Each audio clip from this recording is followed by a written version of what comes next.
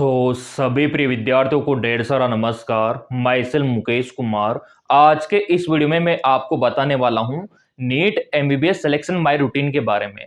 यानी कि जब मैंने नीट में सिलेक्शन पाया था और एमबीबीएस के लिए गवर्नमेंट मेडिकल कॉलेज में दाखिला लिया था, तो मेरा रूटीन क्या था, किस प्रकार मैंने सफलता हासिल की, और मेरा रूटीन फॉलो करके आप भी काफी हद तक सिलेक्शन पा सकते हो। तो दिनचर्या आपको सही अपनाना है। किस प्रकार मैंने फिजिक्स को पढ़ा था, केमिस्ट्री को पढ़ा था, बायो को फॉलो किया था, और किस प्रकार रणनीति मैंने बनाई थी। मेरे प्रिय विद्यार्थियों, सिलेक्शन आप भी पालोगे अगर इस प्रकार का रूटीन आप बना लोगे। तो देखो, मैंने आपको बता रखा है कि फर्स्ट अटेम्प्ट में सिलेक्शन किसी का नहीं होता। 12th के साथ सभी एग्जाम देते हैं, लेकिन फर्स्ट अटेम्प्ट में अगर आपका भी नहीं होता तो बिल्कुल भी आपको डीमोटिवेट नहीं होना। फर्स्ट अटेम्प्ट में तो हमारा भी नहीं हुआ था, लेकिन वो एग्जाम देकर काफी कुछ सीखा था कि लेवल क्या रहता है, कितना कंपटीशन है। तो 12th के साथ जो अपन नीट का एग्जाम देते हैं उसे लेवल पता लगता है। उसके बाद जब सिलेक्शन नहीं हुआ तब काफी हर्ट हुआ, काफी दुख हुआ, और उसी दुख की वजह से मैंने अपना रूटीन बनाया और उसी को फॉलो किया, और फाइनली अभी आप देख सकते हो कि सिलेक्शन हमने पाया।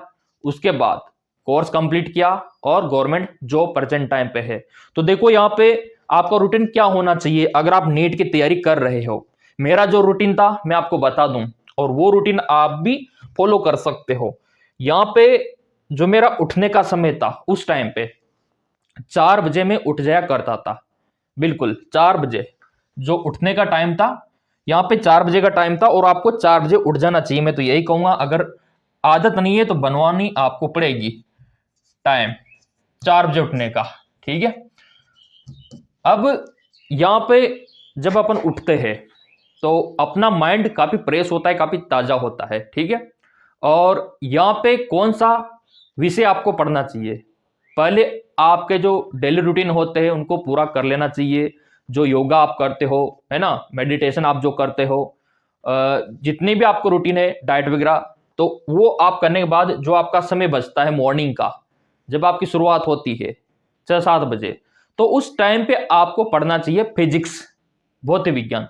मैं भी फिजिक्स भौतिक विज्ञान पढ़ा करता था। तो मॉर्निंग टाइम पे आपको पढ़ना है फिजिक्स।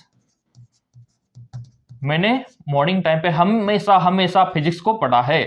कारण कारण ये है, इस टाइम पे ब्रेन सेल काफी एक्टिवेट होती है और टफ सब्जेक्ट को भी याद रखने में काफी ज्यादा हेल्प करती है ब्रेन सेल। अब यहाँ पे फिजिक्स पढ़ने का मेरा यही कारण था, और हमेशा हमेशा मैंने सुबह के टाइम पे फिजिक्स को पढ़ा है। अभी आगे समझ में आ जाएगा पूरा रूटीन। अब जो दोपहर था, उस टाइम पे मेरा जो विषय पढ़ने का समय था वो केमिस्ट्री था, रसायन विज्ञान। तो आपको भी दोपहर में केमिस्ट्री विषय को पढ़ना चाहिए, केमिस्ट्री। और जब आपका इवनिंग समय रहता है या फिर सोने का समय रहता है, नाइट का समय रहता है, उस टाइम पे बायो को पढ़ना चाहिए, क्योंकि बायो आपका इजी रहता है, तो इतनी दिक्कत नहीं आती नाइट के टाइम पे। ठीक है।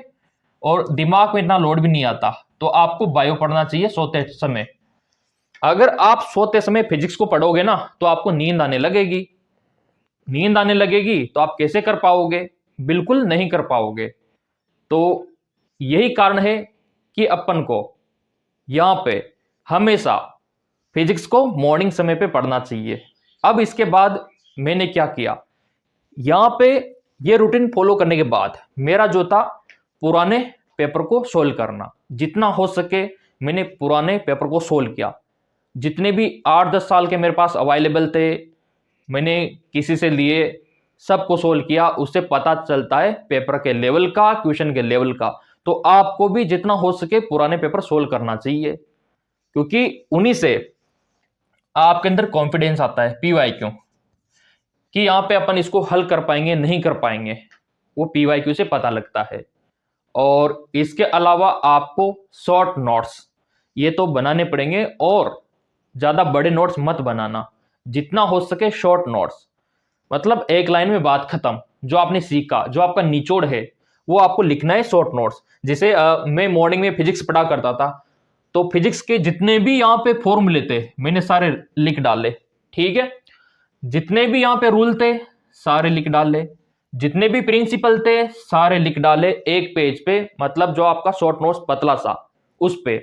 जितने भी फिजिक्स के पार्ट फर्स्ट टू के जितने भी फॉर्मूले थे सारे मैंने लिख डाले, ताकि जब मैं एग्जाम देने जाऊं उसके एक दो दिन पहले उनको पढ़ लूं। नहीं तो इतनी बड़ी किताब में कहां ढूंढूंगा फॉर्मूले को, नहीं ढूंढ सकता। यही वजह थी बनाने की। पूरा मैंने अपना हिसाब से नोट्स बनाया। और इसी प्रकार केमिस्ट्री के जितने भी फॉर्मूले थे, जितने भी रूल थे, जितने भी प्रिंसिपल थे, उनको एक शॉर्ट नोट्स में लिखा। और ये आदत आपको भी अपनानी चाहिए।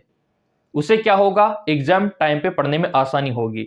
आपको इधर उधर पेज नहीं पलटने पड़ेंगे, नहीं तो आप पेज पलटने में रह जाओगे, समय निकल जाएगा। काफी रफ्तार से चलता है समय। और बायो का तो कहना है क्या, बायो का तो पूरा एनसीईआरटी उठा के जितने भी इंपॉर्टेंट लाइन थी वो मैंने हाईलाइट की कि हाँ ये इंपॉर्टेंट है, क्योंकि आपका बुक ही तो है छोटा सा।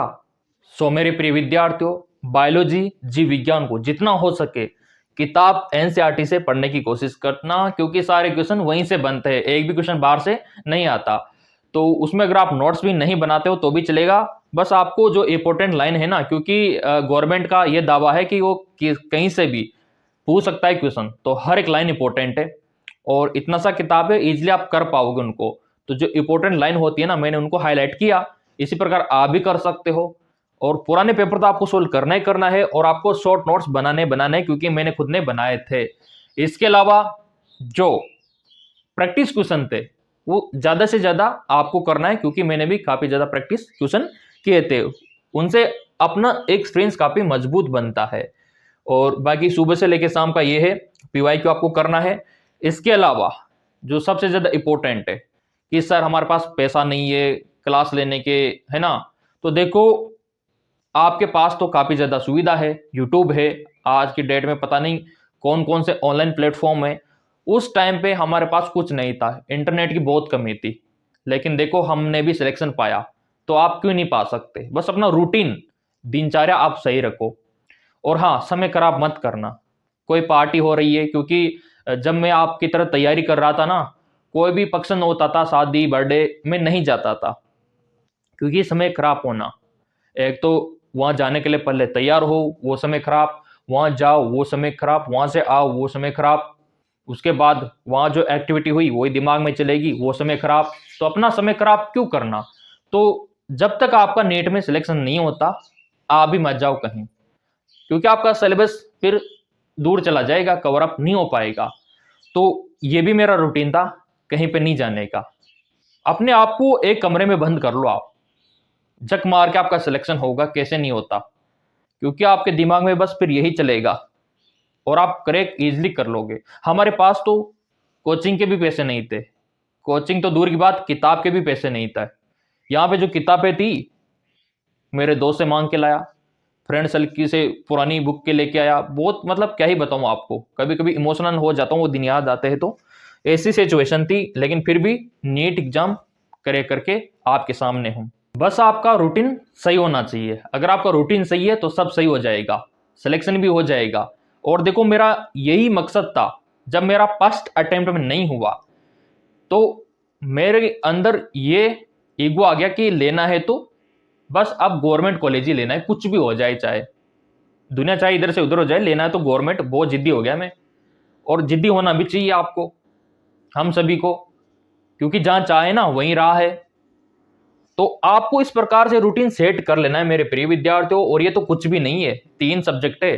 अभी एमबीबीएस में जब आप आओगे ना, 19-20 सब्जेक्ट आपको पढ़ने को मिलेगा। इतना सारा मान के चलो आप। तब आप सोचोगे कि उस टाइम पे वो तो कुछ भी नहीं था, 3 सब्जेक्ट थे, काफी इजी लगेगा। तो आप अपने रूटीन को सही करो।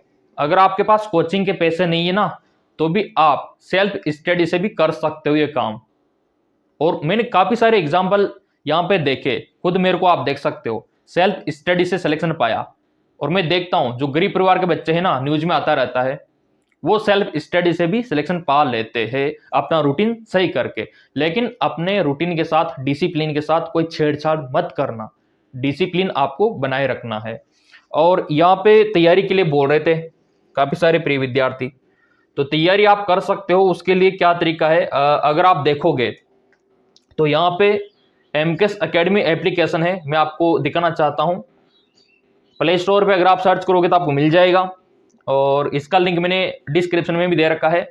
और ये कोर्स भी है नीट का, पुराने पेपर भी इसमें सारे दे रखे हैं, PYQ, हैंड रिटन नोट सब आपको इसमें मिल जाएंगे, ये आप देख सकते हो। और इसका लिंक वीडियो के डिस्क्रिप्शन में दे रखा है, ताकि हर एक मटेरियल आपको एक ही जगह पे मिल जाए, क्योंकि आपको जाना मेडिकल फील्ड में है।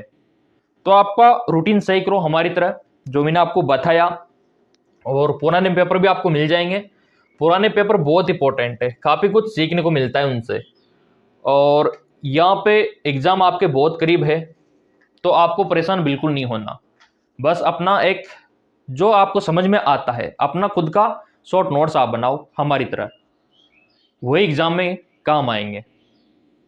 तो मेरे प्रिय विद्यार्थी, मेरा तो यही कहना है कि आप अगर नोट्स मेरा चाहिए तो मैं आपको टेलीग्राम पे डाल दूंगा, और आपको PPT PDF वगैरह चाहिए वो भी मैं आपको टेलीग्राम पे डाल दूंगा। और जिनको तैयारी करना है मैंने आपको बता दिया कि जो कोर्स है वो ज्वाइन करके आप इजीली तैयारी कर सकते हो। और फॉर्म आपके बहुत ही जल्द आने वाले हैं, इवन एग्ज़ाम भी बहुत जल्द आने वाला है आपका। तो अलर्ट हो जाओ और पढ़ना शुरू कर दो, जितना हो सके आप प्रैक्टिस करो, सारा खेल प्रैक्टिस का है। और अपने रूटीन को फॉलो करो और डिसिप्लिन रहो। ये चीज़ें अगर आप फॉलो कर लोगे तो 100% आपका सिलेक्शन हो जाएगा, ये गारंटी के साथ मैं कह सकता हूँ, दावे के साथ कह सकता हूँ, क्योंकि ये प्रॉब्लम मैंने भी फेस की है। और कैसे उस समस्या से मैंने निजात पाया वो मैं अच्छी तरीके से समझता हूँ। अपना रूटीन और अपना डिसिप्लिन फॉलो करके मैं आज आपके सामने हूँ। तो आप भी मेडिकल फील्ड में आ सकते हो। इसके बावजूद कोई आप डाउट हो, कोई समस्या हो, तो आप कमेंट करके बता सकते हो। हर दम मैं आपको सपोर्ट करूंगा मेडिकल फील्ड में लाने के लिए। और टेलीग्राम को फॉलो कर लेना, ताकि वहां पे भी मैं आपको कुछ मटेरियल दे सकूं। चैनल को सब्सक्राइब कर लेना, ताकि कोई अपडेट आए तो आपको मैं अलर्ट कर सकूं। धन्यवाद।